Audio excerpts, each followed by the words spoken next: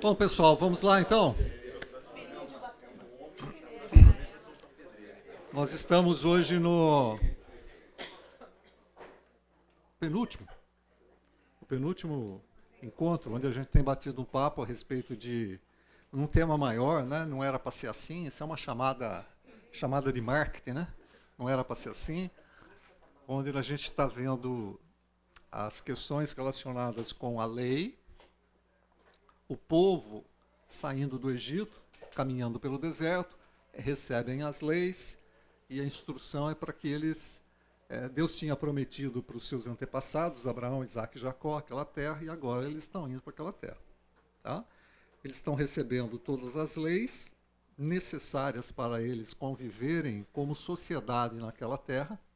Essas leis, muitas delas eram comuns naquela época, não tem uma invenção de uma lei nova, tem muita coisa nova, mas tem coisas que já eram comuns, né? Naquela época, e agora, como nação, eles têm uma constituição que deve ser obedecida assim que eles chegassem na Terra Prometida. Eles entram na Terra e, evidentemente, eles desobedecem a Deus. Tá? Assim como já tinha ocorrido muitas vezes no deserto, agora ocorre na entrada de Canaã. Então, ali a semana passada, se não me engano, a gente viu alguma coisa de casamento, misso, não foi isso que a gente viu?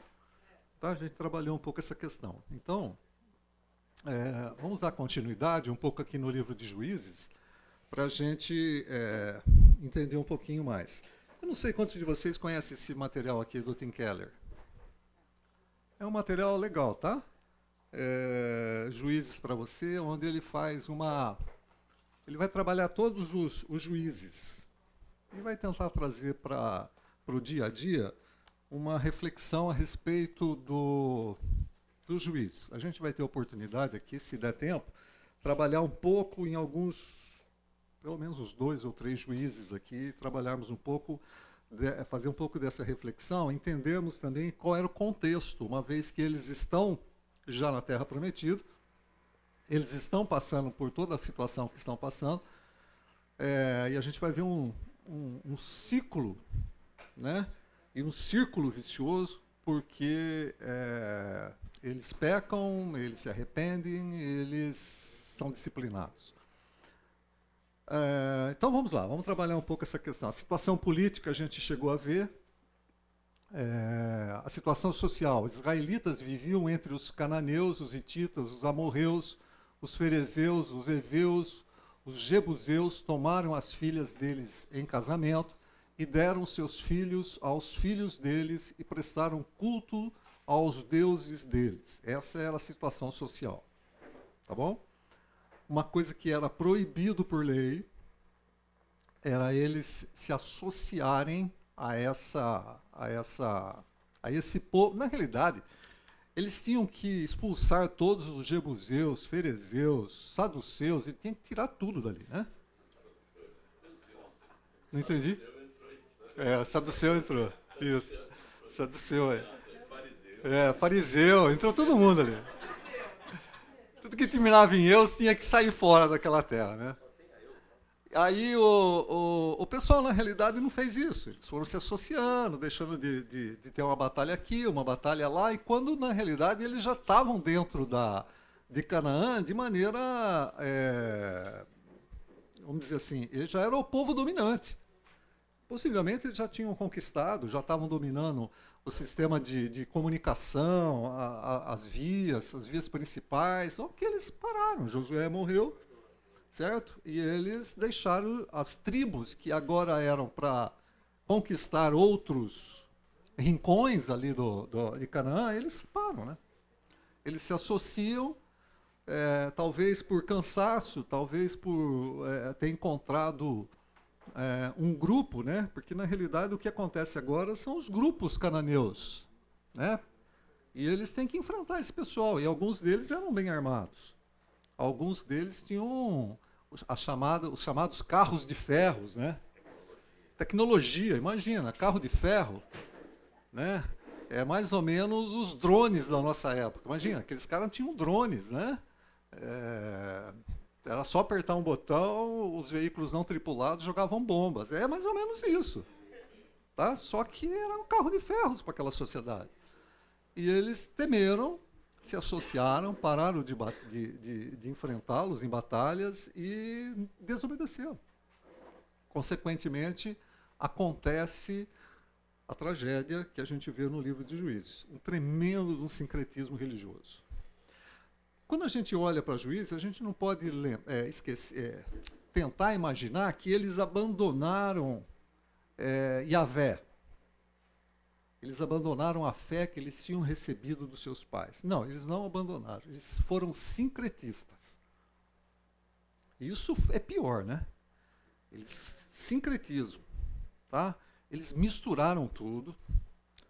Ao mesmo tempo que eles tinham o conhecimento, conheciam a religião dos seus pais, eles adotaram de vez a religião pagã de Canaã. Tá? Bom, vamos lá. Situação espiritual, a gente também já deu uma olhada nisso. Ali em Juízes, capítulo 2, né, quando o anjo do Senhor vai de Gilgal a Boquim. Vamos falar um pouquinho de quem eram esses deuses.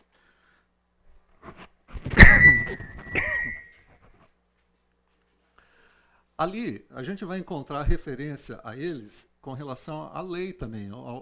A Torá vai falar que eles não eram para seguir esses deuses. Quem eram? Moloque, basicamente, tá? Moloque, Astarte e Baal. Sendo que Baal, a palavra Baal significa senhor, dono, marido. Essa é a ideia da palavra Baal. Então, faz muito sentido quando a gente lê Oséias capítulo 1, versículo 2. Quem pode ler, por favor? Oséias capítulo 1, verso 2.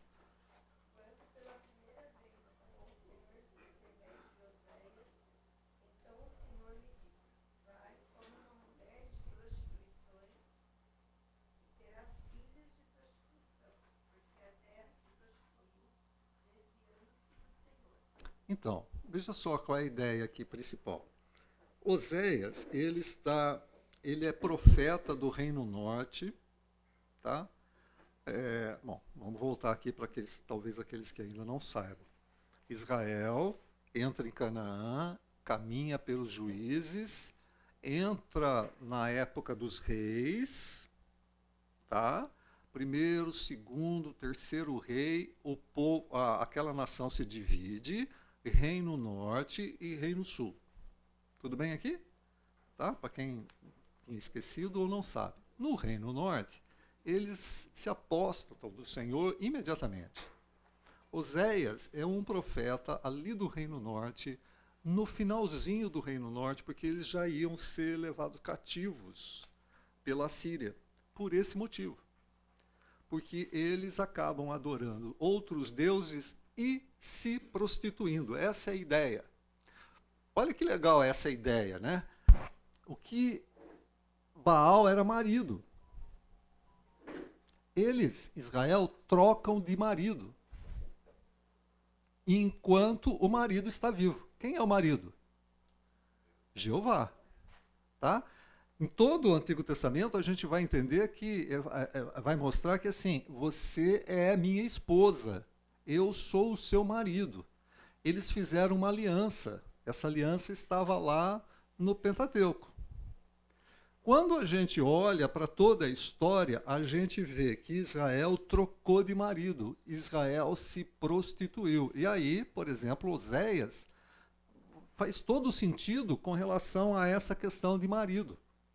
Então, quando eles entram em Canaã, depois vai refletir isso, inclusive, deles serem levados cativos, eles estavam se prostituindo. Essa é a ideia de trocar de marido. Essa é a ideia de tirar Javé e colocar Baal. Tá? Baal era... muitas vezes, Baal é o deus cananita, mas ele também está ligado a uma localidade cananita. Baal Peor, Baal Armon, Significa Baal, que era adorado no Monte Peor. Baal, que era adorado no Monte Hermon. É a mesma figura, só que colocada de uma maneira mais pontual dentro da divisão de terras ali. É igual tipo Aparecida, né? Cada cidade tem um. O Brasil é Aparecida do Norte. É, mais ou menos isso, entendeu? É mais ou menos isso daqui. Então, se você tem Baal, que era adorado numa localidade, Baal, que era adorado naquela outra localidade. De qualquer maneira, era o senhor daqueles povos. Astarte era a deusa da fertilidade. Tá? E Moloque era um deus que estava ali, era uma mistura ali. Moloque também era um deus ligado com Baal. Esses três a gente vai ver referências dele no Pentateuco e a gente vai ver referências deles ao longo da história de Israel. Tem um trecho ali que é em 2 de Reis, Baal-Zebub, é interessante esse aqui. Baal-Zebub, ele é dito como o senhor das moscas. Alguns estudiosos acham que era pela quantidade de moscas que tinham ali naquela região. Outros acham que é por causa da velocidade das moscas, enfim, o nome era Baal-Zebub. Parece que esse Baal-Zebub, ao longo da história, ele vai receber o nome de Beuzebu. Tá? Vai ser uma corruptela dos próprios judeus com relação a Baal-Zebub. A gente vai encontrar ele em Bel-Zebu, lá em Lucas capítulo 11. Vamos dar uma lida lá. Lucas 11.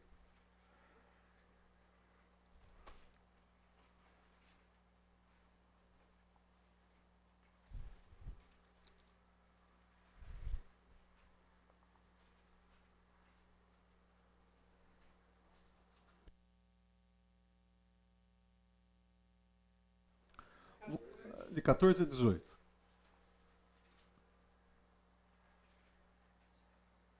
Pode.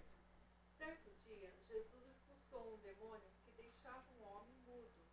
E quando o demônio saiu, o homem começou a falar. A multidão ficou admirada. É 18, né? Mas quando disseram, é pelo poder de Beuzebu, o príncipe dos demônios, que ele expulsa os demônios. Outros exigiram que Jesus lhe desse um sinal do céu para provar sua autoridade. Jesus, conhecendo seus pensamentos, disse, todo reino dividido internamente está condenado à ruína. Uma família dividida contra si mesma se desintegrará. Vocês dizem que eu expulso demônios pelo poder de Beuzebu. Mas, se Satanás está dividido e luta contra si mesmo, como seu reino sobreviverá? Então, olha que coisa interessante. Ao longo desse processo todo, a gente vê que eles, dentro desse sincretismo, eles acabaram se misturando com essa religião pagã e acabaram se misturando com a adoração a Baal.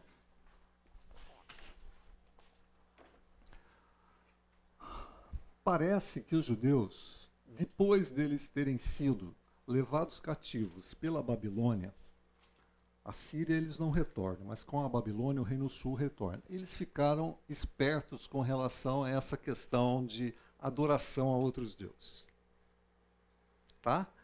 Tinha a religiosidade judaica na época do Senhor Jesus, eles assim, tinham lá todos os seus problemas, todos os seus equívocos, tá? Mas eles eram zelosos, como diz Paulo, com relação à sua religião, para não adorarem outros deuses.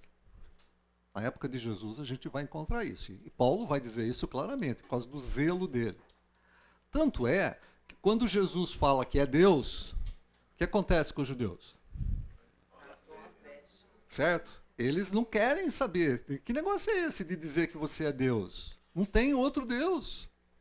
Vejam a diferença da época de Jesus com relação ao que a gente encontra no livro de Juízes. E o que a gente encontra ali no livro de Deuteronômio, Números, a gente vai ver essa diferença. Quando Jesus está sendo confrontado com esse pessoal, ele não... E o pessoal diz assim, você está fazendo isso pelo poder de Satanás. Eles estão dizendo que Belzebu ou Baal-Zebub era ligado a Satanás. Jesus não contradiz eles nesse sentido. Ele não fala assim, escuta, vem cá. Baal é uma divindade assim, assim, assim, assim, assado. Satanás é assim, assim. Ele não entra nesse mérito. O mérito que ele vai entrar é da casa dividida. Não é isso que o texto fala? Ele vai entrar na casa dividida. Ele vai dizer, olha, se Satanás está dividido, então não vai prevalecer. Quem comigo ajunta, ou está ajuntando, ou está espalhando. Tá? É isso que é a proposta do texto. Sim. A adoração a outros deuses tem uma ligação estreita com demônios.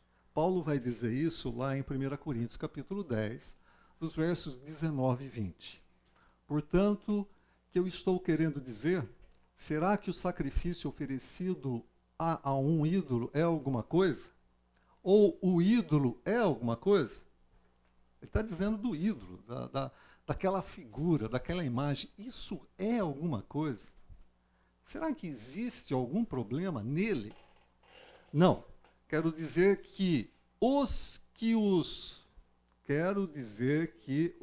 que os pagãos sacrificam é oferecido aos demônios e não a Deus. E não quero que vocês tenham comunhão com demônios. Tem todo o contexto de 1 Coríntios capítulo 10 aqui, tá? A gente não vai trabalhar nessa questão. Mas tem um pano de fundo demoníaco nessa questão da adoração a ídolos. Tá? O camarada que está fazendo adoração a ídolo, não necessariamente ele está imaginando que ele está fazendo para um demônio. Tá ok? Ele não está falando assim, estou sacrificando para um demônio, mas que tem uma... Como é que eu vou dizer aqui? Um sistema demoníaco por detrás, não tenha dúvida. Tem um sistema demoníaco ali por detrás. Tá? Tem a perversão do ser humano, a sua natureza pecaminosa, a sua inclinação de tirar Deus do lugar dele e adorar outros deuses, mas também tem um sistema demoníaco, tá? Perverso, que promove no ser humano que ele troque de Deus. Tá? Mas não que o ídolo tenha algum poder. Assim como, por exemplo, uma oferenda. A oferenda em si tem poder? A oferenda. Eu vi um caso muito interessante. Eu estava acompanhando um pessoal fazendo um trabalho de engenharia e numa rua, né? E o pessoal encontrou uma oferenda. Uma banquinha, atrás de uma banquinha de jornal, debaixo de uma árvore, assim, todo aquele local apropriado para se ter uma oferenda, lugar escuro, debaixo da árvore e tal. Oi? Não era encruzilhada, mas era um lugar... também tem encruzilhada, né? Daquele lugar místico onde as pessoas fazem oferenda. E o meu pessoal, a hora que viu aquilo, eles ficaram longe, né? Não vou mexer com isso, cara. Não, pessoal, não vou mexer com isso, né? Não quero saber, ali tem, vão para lá, tal. E eu observando o pessoal nesse sentido. Daqui a pouco vem um bêbado.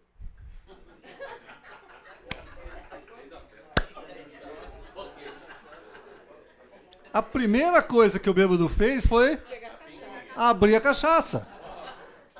Certo? Abriu a cachaça, bebeu e foi embora. É uma oferenda. É uma oferenda.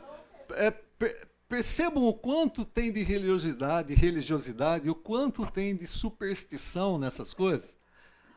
As pessoas, alguns olharam para aquela oferenda e falaram assim, não quero mexer com isso daqui, aqui tem alguma coisa. O bêbado passou, pegou, tomou e foi embora. Sim. É interessante essa questão, tá? É assim, tem um sistema demoníaco por detrás dessa adoração, dessa oferenda. Inclusive, a gente vai ver um pouco de oferenda aqui nesse tipo de religiosidade que os juízes vão encontrar ali em Canaã. Mas tem alguma coisa que, gente, é pura pinga.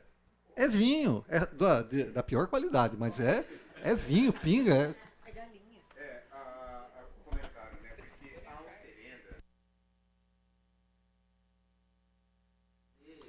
as necessidades e a vontade de quem está fazendo. E quando nós fazemos alguma coisa em relação a Deus, nós fazemos para adorar a Deus, para Deus. Nós temos que nos direcionar a Deus. Mas essas coisas acabam sempre sendo convenientes para a gente, em termos de oferenda, em termos de coisa, porque você sempre está estimulando os seus prazeres, os seus desejos de mundo. É verdade. E é a questão do sistema religioso sincretista. Uma vez eu recebi uma ligação de uma pessoa que frequentava a igreja e que falou assim para mim no telefone: olha, eu estou muito preocupada, tensa. Por quê? Qual é o problema tal? Eu encontrei uma oferenda, uma macumba, na frente da minha casa. Pessoa da igreja. Aí eu falei: olha, então vamos lá, né? Vamos começar a conversar a respeito disso. Por quê? Qual é a preocupação dela em ter encontrado uma oferenda na frente da sua casa?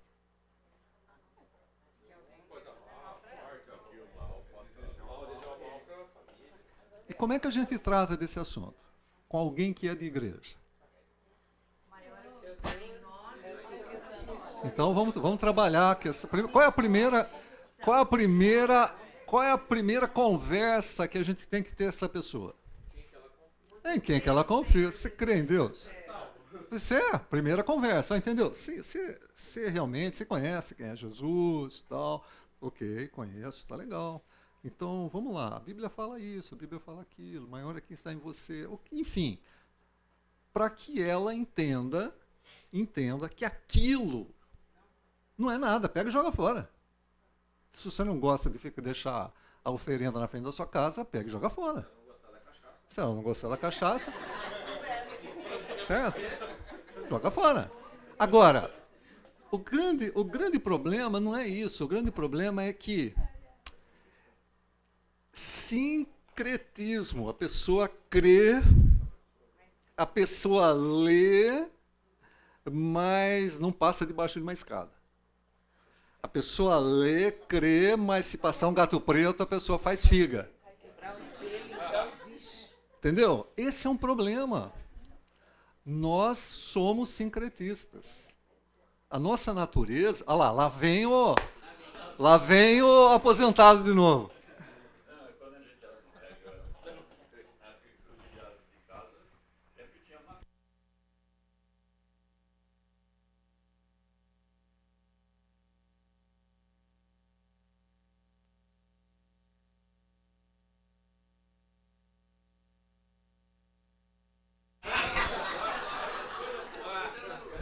Mas é assim.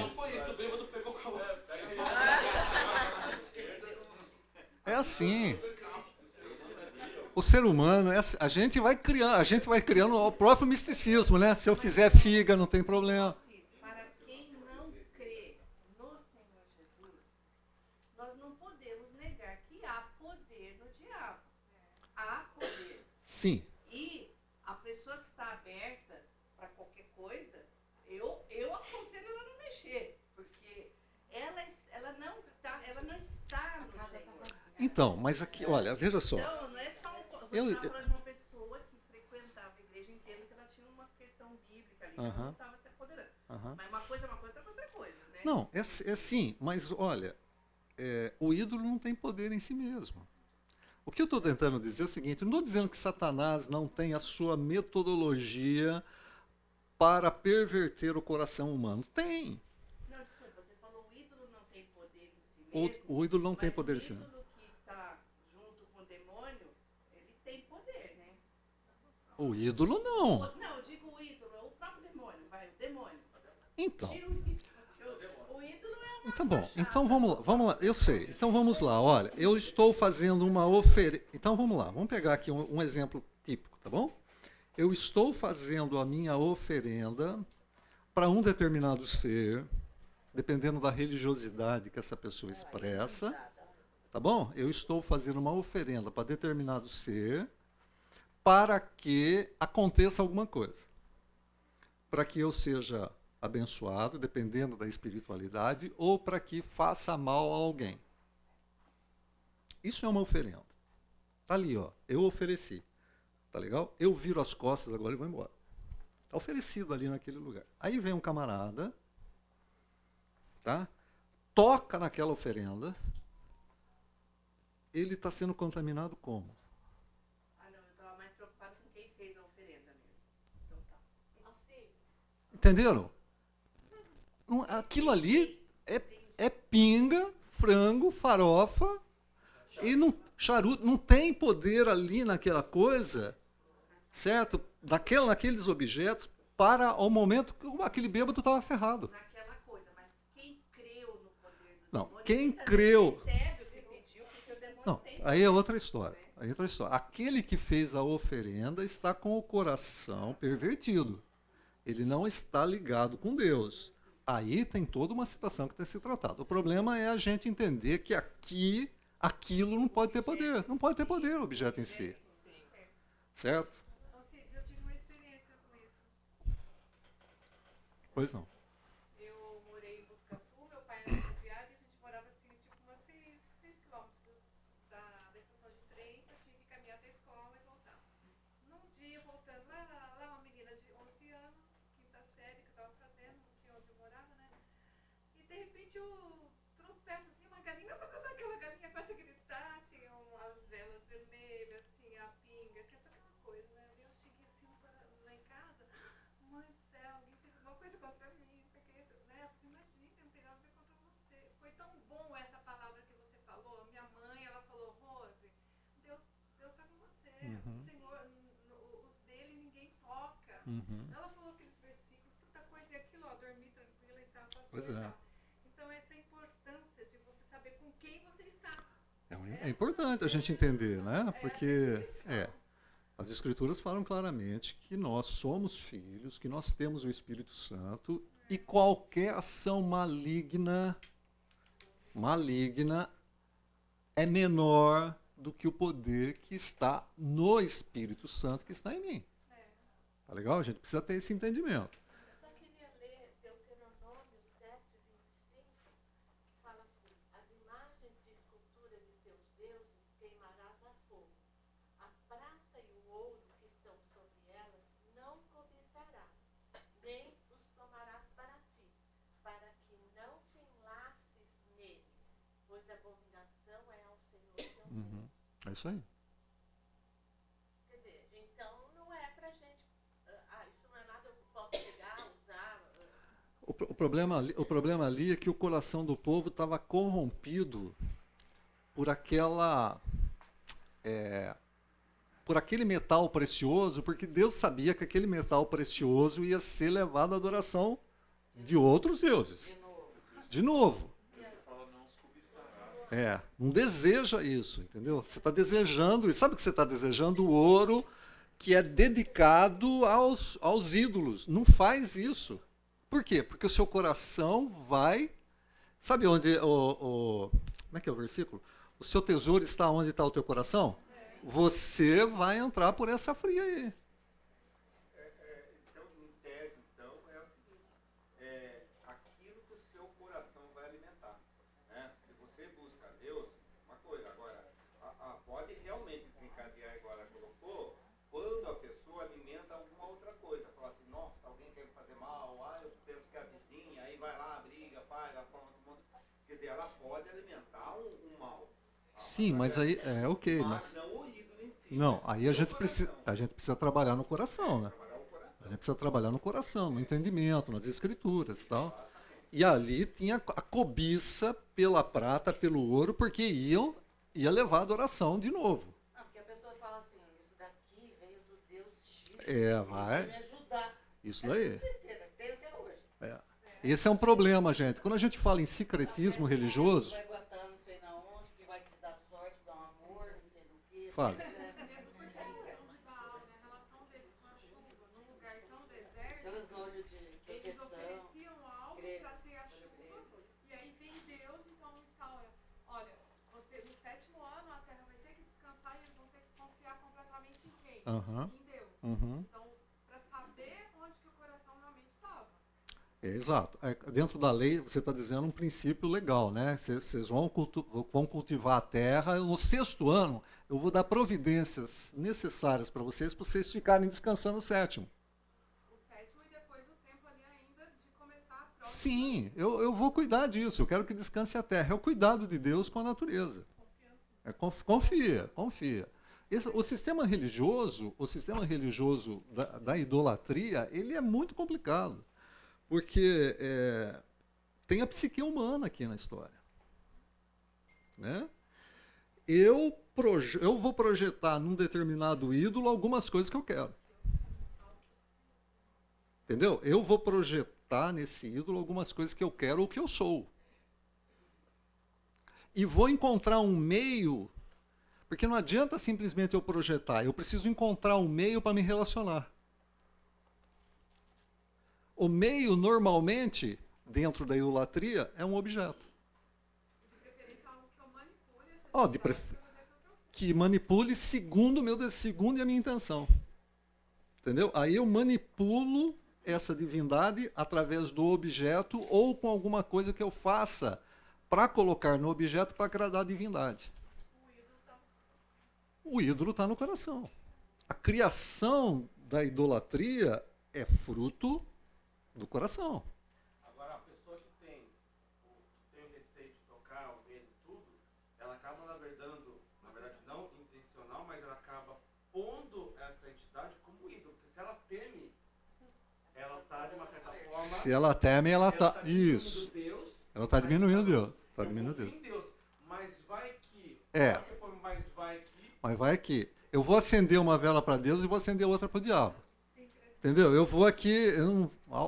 né? Porque se não der certo aqui, eu vou vai cuidar aqui. Não digo não vou me adorar, estou dizendo, eu não vou tocar, eu confio em Deus, mas eu tenho receio de tocar e essa entidade me fazer mal. Eu não adoro, mas eu também não mexo com ela. Né? É assim, gente, eu não tô... Deus, né? Vamos lá, vamos por aqui. Hoje é domingo, antes do almoço. Certo? Eu não estou dizendo, saiam por aí pegar o frango, tomar o vinho, certo? Pegar a cachaça. Gente, eu não estou dizendo isso. Eu estou dizendo, fora a bactéria. Gente, eu estou dizendo assim, nós precisamos saber que determinadas coisas é o nosso entendimento ou o nosso pouco entendimento com relação àquilo que as Escrituras falam a respeito de quem é Deus e de quem eu sou. Certo? Não vai sair por aí também com um taco e dando pancada em tudo que é oferenda. Gente, não estou dizendo isso. Eu estou dizendo que não precisa ter medo. Não tenhamos medo.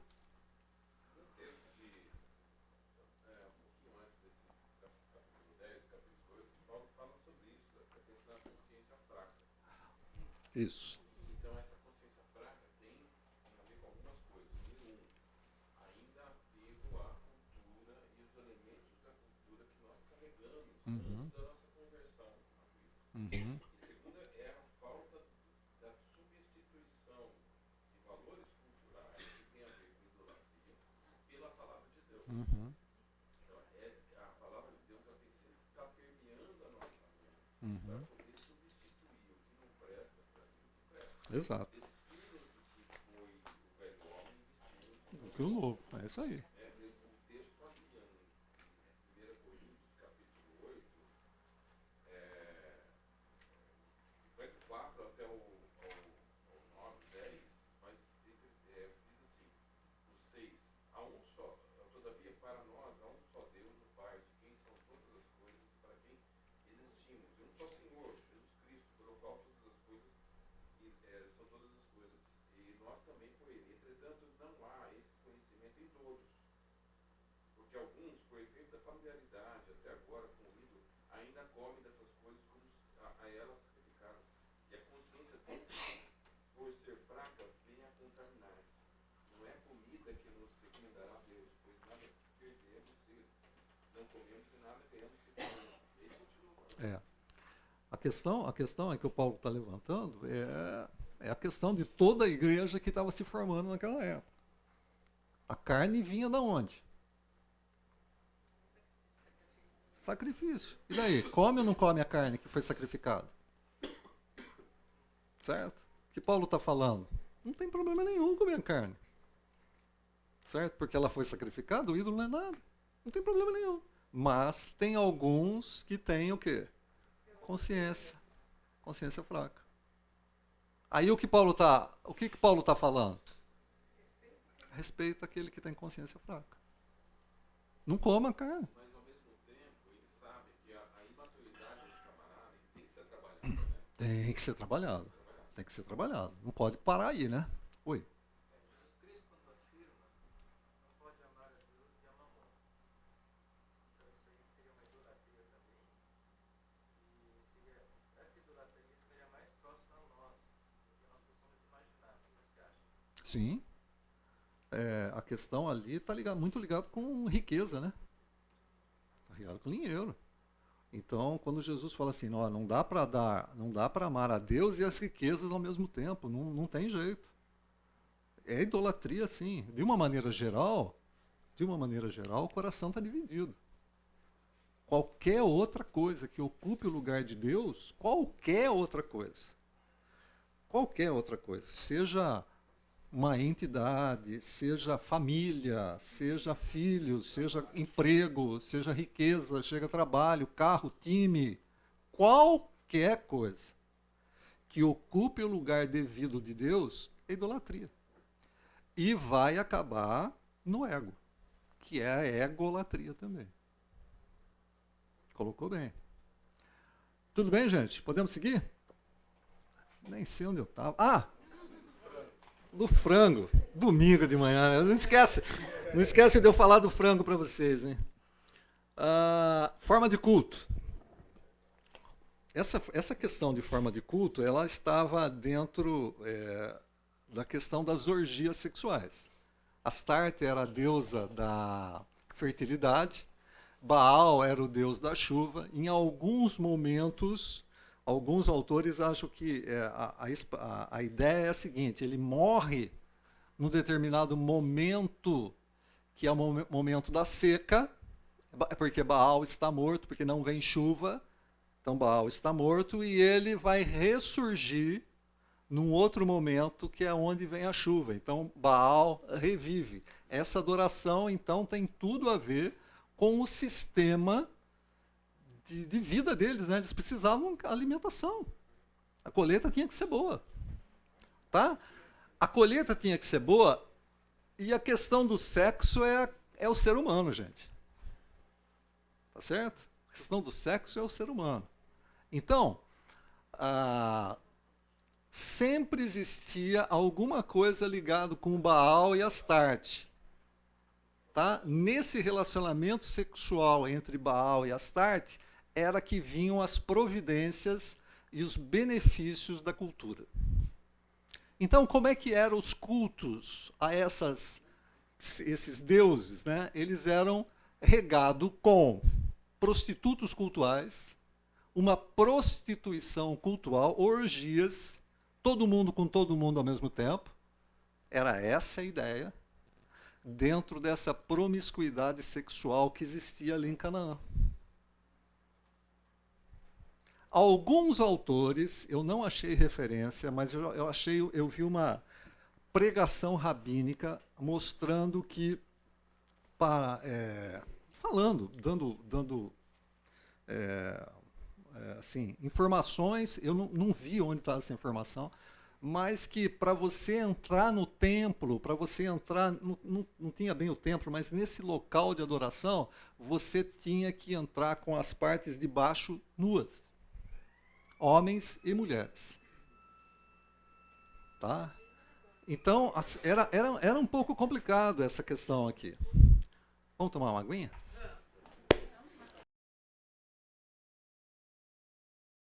A questão da prostituição sexual é alguma coisa que também faz parte desse sistema demoníaco, dessa questão do ser humano caído, aonde existe a perversão daquilo que Deus deu para ser um prazer pervertido na questão da adoração, tá? E aí a gente vê também, tem um trecho muito específico ali no livro de Números, no seu capítulo 25, de 1 a 15. Deixa eu contar a história, vocês talvez já saibam. Na caminhada do povo no deserto, alguns inimigos, principalmente ali em Números 25, um dos inimigos do povo de Israel contrata um camarada chamado Balaão para praguejar, para falar mal a respeito de Israel, como assim, amaldiçoa porque você tem poder. Veja só, isso é de novo, né? É adoração de ídolo. Chama sei lá como é que é o nome, um vidente, um camarada, e fala assim, lança uma praga sobre Israel, porque assim a gente vai vencê-lo, a nação, né? Só que toda vez que Balaão ia pronunciar uma praga, o que ele pronunciava? Bênção. Por quê? Porque quem está no controle é Deus, não tem essa. Então Balaão ia fazer alguma coisa, ele ia praguejar, ele ia lançar uma maldição, ele lançava uma bênção. Foi embora, certo? E aí o que aconteceu? Ele, em Apocalipse capítulo 2, versículo 14, vai dizer que ele aconselhou os inimigos a fazerem alguma coisa. E o que era essa alguma coisa? Misturar. Que as mulheres desses povos fizessem misturas com os povos deles. E assim eles cairiam. O cara não conseguiu lançar uma maldição, mas ele deu um conselho estratégico, demoníaco, para que o pessoal caísse. Tem um lance ali em Números capítulo 15, que fala sobre o zelo do Senhor. Quem pode ler? Números 25. Números 25. E Israel deteve-se em Sitim, e o povo começou a prostituir-se com as filhas dos moabitas. Elas convidaram o povo ao sacrifício dos seus deuses, e o povo comeu e inclinou-se aos seus deuses. Juntando-se, pois, Israel a Baal-Peor, a ira do Senhor se acendeu contra Israel. Disse o Senhor a Moisés: toma todos os cabeças do povo e enforca-os ao Senhor diante do sol, e ao ardor da ira do Senhor se retirará de Israel. Então Moisés disse aos juízes de Israel: cada um mate os seus homens que se ajuntaram a Baal-Peor. E eis que veio um homem dos filhos de Israel, trouxe a seus irmãos uma midianita à vista de Moisés e à vista de toda a congregação dos filhos de Israel, chorando eles diante da tenda da congregação. Vendo isso, Finéias, filho de Eleazar, o filho de Arão, sacerdote, se levantou do meio da congregação e tomou uma lança na sua mão. E foi após o homem israelita até a tenda, e os atravessou a ambos, ao homem israelita e à mulher, pelo ventre. Então a praga cessou de sobre os filhos de Israel. E os que morreram daquela praga foram 24.000. Então o Senhor falou a Moisés, dizendo: Finéias, filho de Eleazar, o filho de Arão, sacerdote, desviou a minha ira de sobre os filhos de Israel, pois foi zeloso com o meu zelo no meio deles, de modo que, no meu zelo, não consumi os filhos de Israel.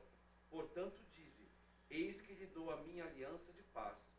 E ele e a sua descendência depois dele terá a aliança do sacerdócio perpétuo, porquanto teve zelo pelo seu Deus e fez expiação pelos filhos de Israel. Ok, legal. O pessoal começou a se juntar com mulheres moabitas. Praga. Certo? Veio uma praga sobre a congregação. E o pessoal ficou chorando. Aí veio um iluminado certo? Com uma moabita, passou em frente a Moisés, o pessoal chorando, certo? O pessoal chorando, pega uma moabita, ele era príncipe de uma tribo, pega uma moabita que era princesa de uma outra tribo, entra na tenda com ela, passa por todo mundo, não estou nem aí, eu faço o que eu quero. Quem manda em mim sou eu. Levanta-se Finéias, crava a lança nos dois ao mesmo tempo. Significa que os dois estavam deitados. Possivelmente tendo relações sexuais. Crava ao mesmo tempo.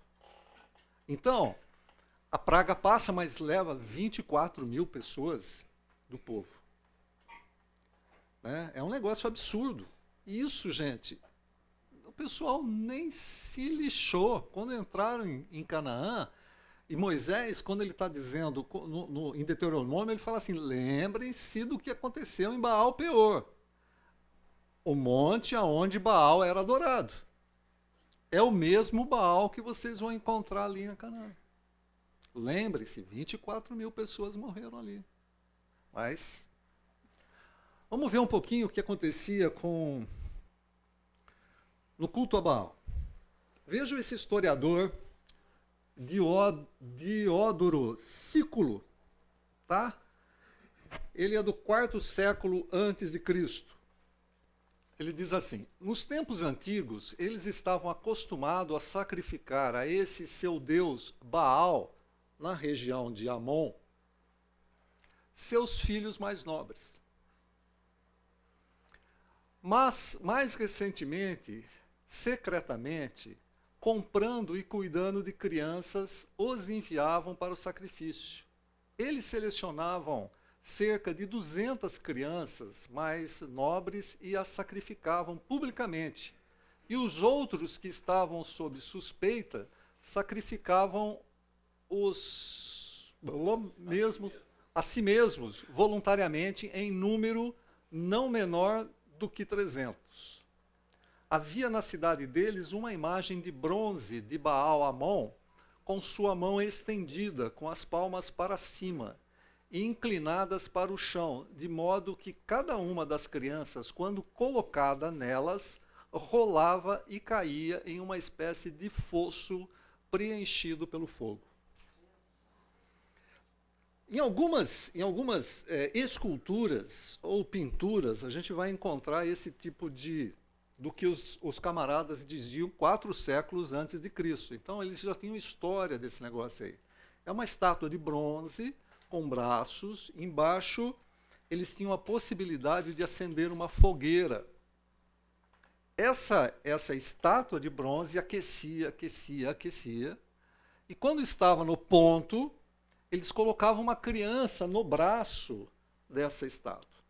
É óbvio que aquilo estava muito quente, é óbvio que a criança se queimava, a criança se mexia e a criança caía dentro do fogo. É difícil, né?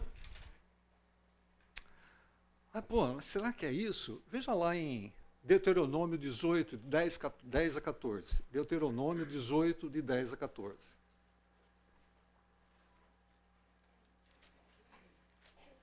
Deuteronômio, capítulo 18, 10 a 14. Pode ler.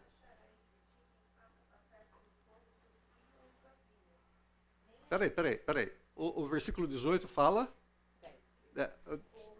Desculpa. Versículo 10 diz... Jamais se achará em pedir quem faça passar pelo fogo o seu filho ou sua filha. Não vai... Ó, Deus está falando, não tenha entre vocês quem vai passar pelo fogo. Tá? A gente não tem a descrição de como é que essa criança passa pelo fogo.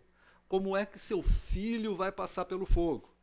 A gente vê ao longo da história inscrições, figuras, imagens, e os historiadores acham que essa era a forma de adorar a Baal, fazendo com que o seu filho passasse pelo fogo. E dentro de Deuteronômio, Moisés fala assim, não pode ter entre vocês esse tipo de coisa, hein? Agora, não é que não pode só ter entre vocês esse tipo de coisa. Por favor, continua o versículo 11. Nem adivinhador, nem prognosticador, nem argouleiro,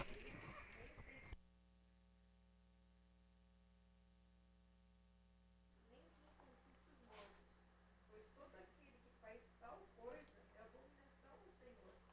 E por essas abominações o Senhor teu Deus os lança diante de ti. Gente, fazia parte, além da proibição do culto a Baal, de passar as crianças pelo fogo, ou de Astarte, ou de Moloque, essa questão de consulta aos mortos. Israel não se prostituiu tão somente pela adoração a Baal, mas se prostituiu também com essa espiritualidade que promovia consulta aos mortos. Isso a gente pode encontrar lá em 1 Samuel, no capítulo 28, versículo 7. Tá? Quando Saul, ele tinha tirado de toda a terra, estamos falando ali de Israel, ele tinha, de uma certa maneira, ele tinha exterminado, entre aspas, né, aquelas pessoas que estavam ligadas a esse tipo de espiritualidade. Ou seja, consultar os mortos para saber alguma coisa e também prever futuro. Tá? Para receber de Deus alguma revelação. Esse trecho, esse capítulo 28 é um capítulo complicado. A gente não vai entrar no mérito da questão agora aqui, tá? Mas ele, quando Deus não conversa mais com ele, ele vai conversar com alguém, com uma mulher que consulta os mortos. Quando ela percebe que é Saul, ela fica com medo. Por quê? Porque Saul tinha tirado toda essa religiosidade. Mas existia. Se existia naquela época, é muito que provável que isso veio ao longo do tempo. Isso veio ao longo do tempo. E se você ler 1 de Crônicas, capítulo 10, versículo 13, que é um texto que muitas vezes a gente acaba esquecendo, por favor, 1 de Crônicas, capítulo 10, verso 13. Quando a gente olha para o reinado de Saul. Saul morreu dessa forma porque foi infiel ao Senhor, não foi obediente à palavra do Senhor e chegou a consultar uma médium em busca de orientação. Então, a morte de Saul, relatada em 1 de Crônicas, ele morreu porque foi infiel para Deus e porque foi consultar uma médium. Certo? O cronista faz questão de falar isso. Ó, ele foi desobediente. E também porque ele foi consultar uma médium. Deus tinha falado claramente aqui em Deuteronômio, não é para fazer isso. Tá? Não é para fazer sincretismo. Não é para consultar os mortos. Não é para fazer esse tipo de coisa. Por quê? Porque isso vai ganhar tua alma. Isso vai ganhar teu coração. E você vai se esquecer de Deus. Tá? Bom, outra, assim, com relação a Baal, deixa eu... eu ouvi um rabino falando sobre isso, tá? E eu fui procurar algumas informações e eles também, algumas informações também passam por isso. Mas uma das características que fazia parte do culto a Baal era oferecimento de excremento. Tá? Excremento. Então, é aquilo que está dentro do seu interior. Então as pessoas iam e ofereciam isso também. Eu sei que é domingo, antes do almoço, mas eu tenho que passar essa informação para você. Já falei do frango, já. Estou falando bem rápido essa questão. Então vocês imaginam a degradação toda numa adoração a Astarote e a Baal. Por isso, talvez que fosse o Deus das moscas. Faz sentido. Faz sentido. Agora, isso é a degradação. Aquilo que Deus estava oferecendo para um povo, para ter a sua terra e uma constituição que era boa, porque é o que o Salmo 19 fala, a lei do Senhor é boa, é perfeita, restaura a alma. Eles caíram para esse tipo de situação. Tá? Lembrando sempre que o pau que bate em Chico, bate em Francisco. Então, nós temos que estar atentos para ver aonde é que na nossa vida cristã pode ter algum tipo de sincretismo. Não dá para adorar a Deus e a Mamon. Não dá. Aonde que tá? Aonde que pega aqui? A gente está vivendo o século XXI, gente. Né? A gente não tem mais esse tipo de adoração aqui do Antigo Testamento, mas muita coisa substituiu. Muita coisa substituiu.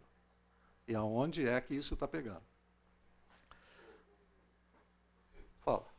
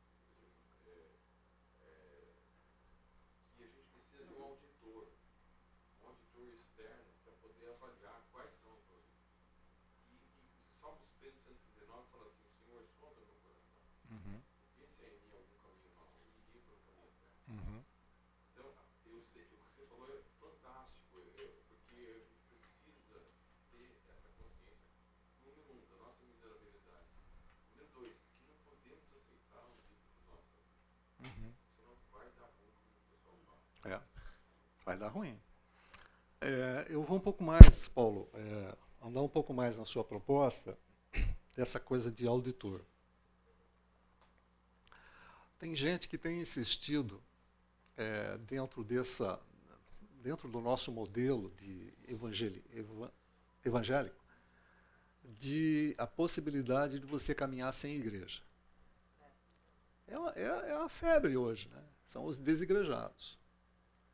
Tá legal? Você caminha sem igreja. Ou seja, você desenvolve o seu relacionamento com Deus e acha que não precisa ter essa coisa chata aqui. Entre aspas. Né? Não precisa ir na igreja, não precisa assistir culto, não preciso participar de escola bíblica, coinonia, não preciso fazer nada disso aqui. Eu e Deus me resolvo. Eu e Deus me resolvo. O Paulo disse um negócio muito legal, que é essa coisa do auditor externo, que é eu entregar o meu coração para Deus. Deixar que Deus me sonhe. Mas, gente, tem igreja. Tem irmãos. Porque senão a gente poderia, mas Deus fez questão de dizer que a gente precisa caminhar junto. Hebreus capítulo 10, versículo 25. Não existe outra situação. Quem pode ler? Hebreus 10, 25. Hebreus capítulo 10, versículo 25.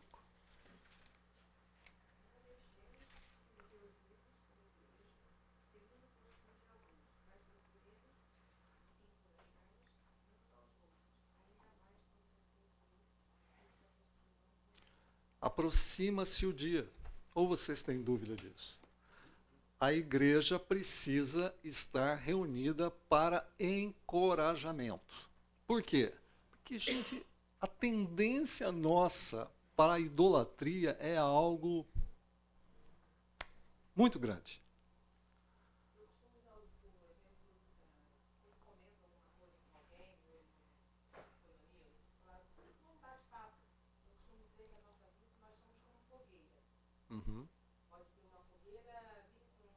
aquelas brasas incandescentes, né? Com fogo bem forte, mas se você tirar uma brasa dessa, pode estar lá no meio do fogo e deixar de lado, ela com o tempo ela se apaga. Sim. Né? Então nós somos assim. Uhum. Nós precisamos estar nessa fogueira. Então a igreja é uma fogueira onde a gente se alimenta, né? Espiritualmente, da palavra de Deus. Às vezes, quando a gente está um pouco mais fraco, através da experiência de alguém, ou de uma palavra, de uma mensagem, aquilo alimenta o nosso espírito. Então, Uhum. nós precisamos estar sempre ligados a ela, Uhum. dentro dessa fogueira. Uhum. Porque se por algum motivo se afasta, o tempo vai passando, aquilo vai se acomodando e aquele amor se apaga. Se apaga. Se esfria, né? E assim, nós temos que lembrar que Satanás é como um leão que está ao nosso derredor, pronto para nos devorar. Se a gente abaixar a guarda, ele vem com tudo. Entendeu? Se a gente esmorecer no relacionamento com Deus, ele vem com tudo. Certo? Diz assim, Tiago vai falar, olha, resista a Satanás. Ele vai fugir de você. Agora, quanto menos relacionamento eu tenho, menos resistência eu tenho contra Satanás. Menos relacionamento eu tenho com Deus, com os irmãos, com a comunidade, com a palavra, né? Com a palavra. Preciso da palavra, eu preciso do ensino. Meu povo se corrompe, meu povo padece porque não tem ensino. Não tem quem ensine esse povo. Da auditoria externa, que é privilégio da igreja fazer no coração do outro, nós temos nos isentado um pouco da questão da repreensão, da exortação, porque o encorajamento é muito mais bacana e mais gostoso. Sim. E a comunhão de vamos comer junto é muito mais gostoso. Uhum. Quando chega a hora que você vê um irmão que, cara, não vai para esse caminho que você vai dar ruim, é muito difícil para a gente ir exortar ou repreender. Uhum. E não é gostoso para quem está fazendo isso. Mas a gente tem visto isso pouco no grupo. Então, Isso é assim, né? Vamos para a nossa realidade agora, né? A nossa realidade como igreja, estou falando Igreja Batista Fonte, é uma igreja grande, né? O que a gente tem que fazer é tentar reduzir os espaços. são grupos pequenos. É o grupo pequeno, é coinonia. Certo? Por quê? Porque é ali que você convive. Né? Achar que eu vou chegar num culto que tem 1000 pessoas e vou achar um irmão que está fazendo alguma coisa, só se Deus mostrar, só se Deus encaminhar, né? jogar na sua cara ali, né? Agora, gente, é o grupo pequeno, né? É ali onde eu posso conviver com meia dúzia, com 3, com, sei lá, a quantidade menor, onde eu posso conviver com os problemas, né? É grupo pequeno. O grupo pequeno tem ensino. E até um pedido de oração dentro do grupo pequeno já te mostra que a pessoa está na linha errada. Às vezes você pode ajudar. Então precisa, tá? Mas a gente precisa desse foguinho aí, tá? É uma maneira pelo qual... O grande problema que ocorre quando a pessoa se isola é que ela cria um evangelho que não é o evangelho e um Jesus, inclusive, que lhe é conveniente. Claro. Que ele consegue adorar Óbvio. fora de tudo. Sim. Então não é evangelho. Um evangelho. Quando você acha que você e Deus se resolvem somente, você não tem a comunhão com outros, você cria seu próprio evangelho. Isso é verdade. Você vai pensando, isso é muito interessante. Você pensa, as pessoas que têm um pouco mais de caminhada, eles vão pensando determinados palestras, e acham que aquilo é suficiente. Eu não estou dizendo que não tem edificação, tem até, às vezes, até uma palavra, não faça como você está fazendo. Até tem, mas às vezes a pessoa está, sabe, ela se acomodou no sistema e ela não quer fugir desse sistema. Uma coisa que aconteceu agora foi a pandemia, né? Pandemia. Afastou a gente da igreja, e eu confesso que para eu voltar, assim, quando eu fui liberado, aí eu já não estava na máscara, já dava desculpa para não colocar máscara, foi uma luta tão grande que eu estava acomodada no meu sofá, assistindo as mensagens, de pijama, almoçando, ou tomando café. E eu lembro até hoje, não lembro que dia que foi, quando eu gente voltou, estava liberado com máscara mesmo. Eu lembro da alegria que eu sentia. Eu chorava sem parar no culto, já na igreja lá de novo. Mas foi uma luta que eu não queria voltar. É. Eu estava muito bem acomodada. Foram 2 anos. Aqui o pessoal bateu palma, subiu, tal, foi uma farra, mas é alegria. É.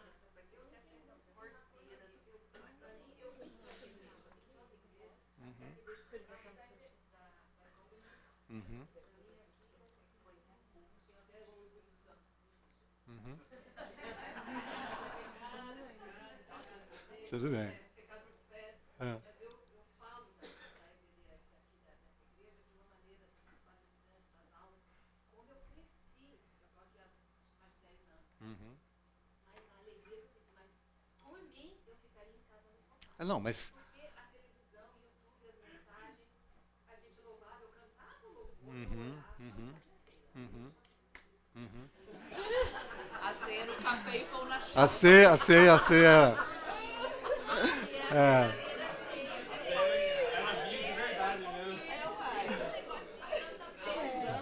Isso é verdade. É verdade, mas. É. Eu sei. É. É verdade. É verdade. Fica, faz parte da nossa natureza. E tem coisa boa, tá? Tem coisa boa pra gente ouvir na internet. Tem coisa muito ruim, não deleta, mas tem coisa boa. Então, eu creio e é bíblico, né, que o ser humano não foi feito para viver sozinho. Né?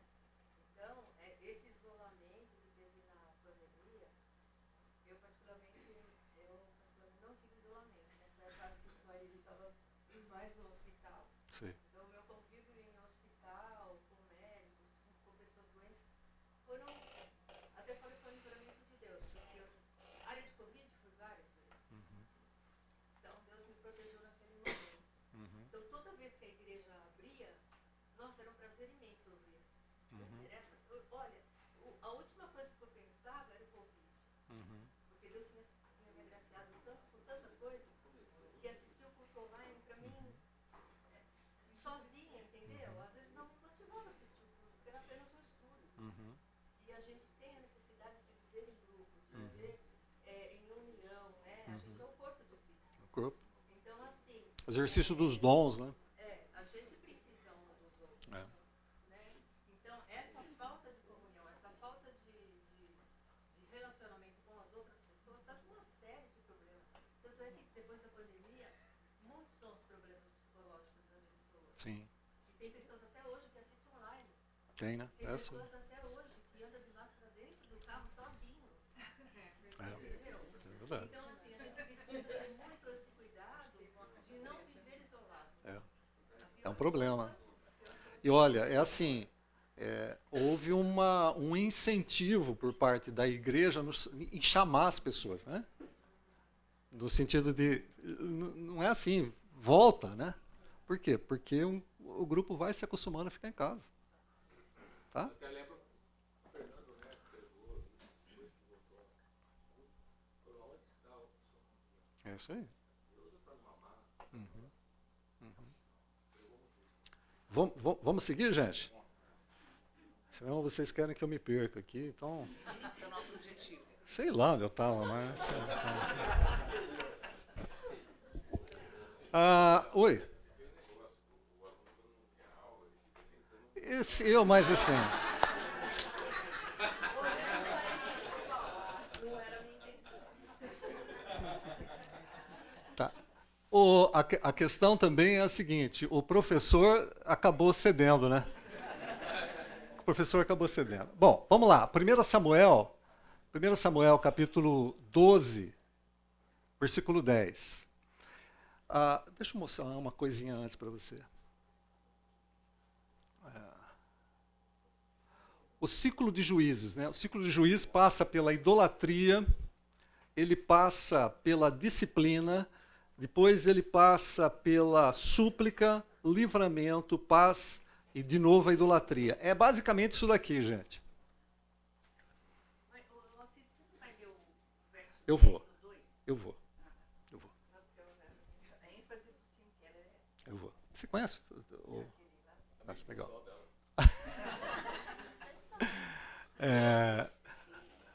O ciclo de Juiz é isso daqui, né? Idolatria, disciplina. Deus disciplina por causa da idolatria. Uma vez disciplinado, eles recebem a opressão. Uma vez oprimido, eles suplicam. Uma vez que há súplica, Deus levanta um juiz para que haja livramento. Uma vez que houve o livramento, há tempo de paz com o juiz que levantou. O juiz vai morrer e o pessoal vai voltar à idolatria. Tá? Isso é assim, dentro do livro de Juízes, é isso que a gente vai encontrar. Tá? Mais ou menos 400 anos. Mais ou menos 400 anos. Eu vou ler aqueles textinhos aqui, talvez eu deixe para a semana que vem, mas eu queria chamar a atenção de vocês uma coisa aqui. Ó. Vejam só no livro de Juízes.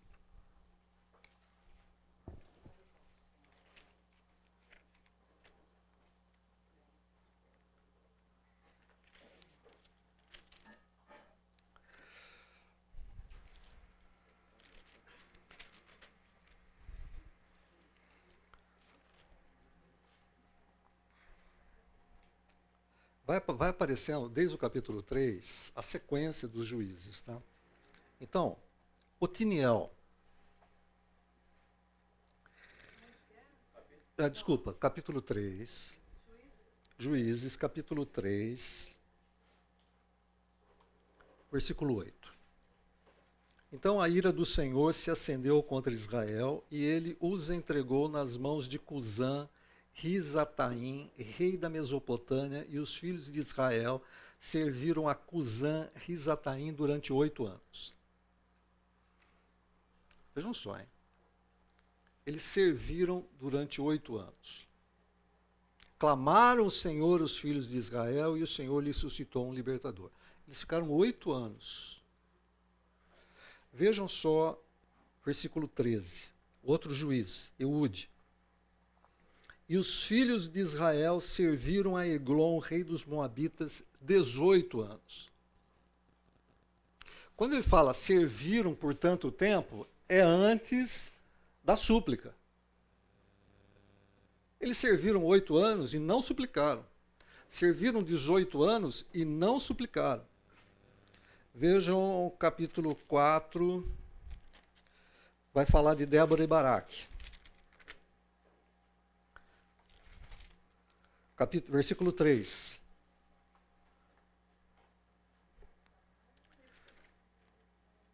Cícera.